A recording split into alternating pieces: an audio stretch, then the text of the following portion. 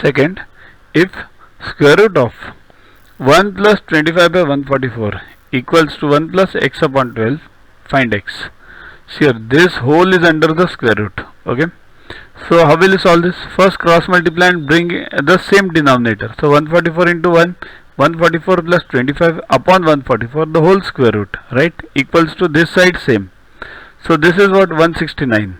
So square root of 169 upon 144 equals to 1 by x, 1 plus x by 2. So what is the square root of 169? Now remember, I always tell you, learn squares up to 30, tables up to 30 and cubes up to 15 by heart. They are useful for you throughout the life. Now 169 is the square of 13. So square root of 169 is 13.